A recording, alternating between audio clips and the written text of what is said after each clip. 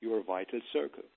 So this horse then will show you, and your stomach will give you the right signals, will show you the right moment when you can say, now you can come.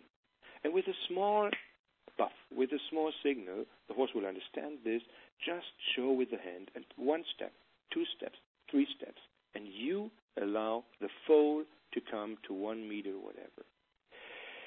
When you did this, maybe the next 2-3 days you're starting again with big distance, so you created again this kind of natural, authentic being with the horse.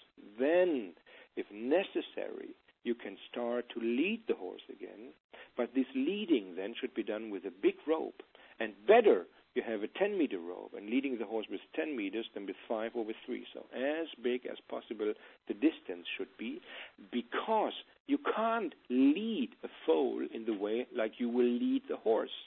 A foal can't be led. A foal has to follow by itself. This is the idea. So the best way would be that you are going with other horses or with this foal, and the horse is following you in a distance of some meters by herself, by itself, to the paddock without any attentions from you.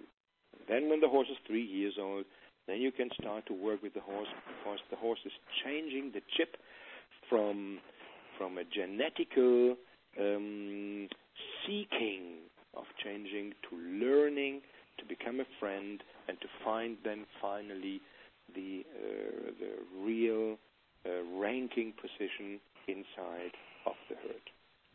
The mistakes with the foals, the funny thing is, they are so easy to avoid,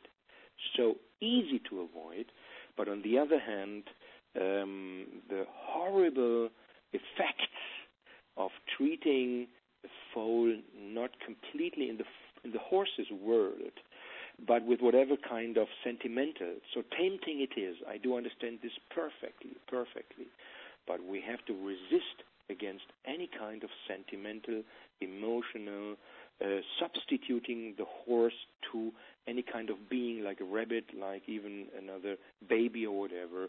This is the biggest trap, and this is the ruin and the death of the horse. Thank you, Klaus. I hope that answers some of your questions, Christy. I mean, I know it's a tricky subject to get coaching on in just a few minutes, but and I think it's true of all the questions we've had. I was looking at them before we started, and there's a lot of similar questions. And I think, although we may not have dealt with them directly, a lot of the questions Klaus has covered, I believe, in his answers to us. So I'd like to now move on just to talk about your borderline demonstrations, Klaus, because I'm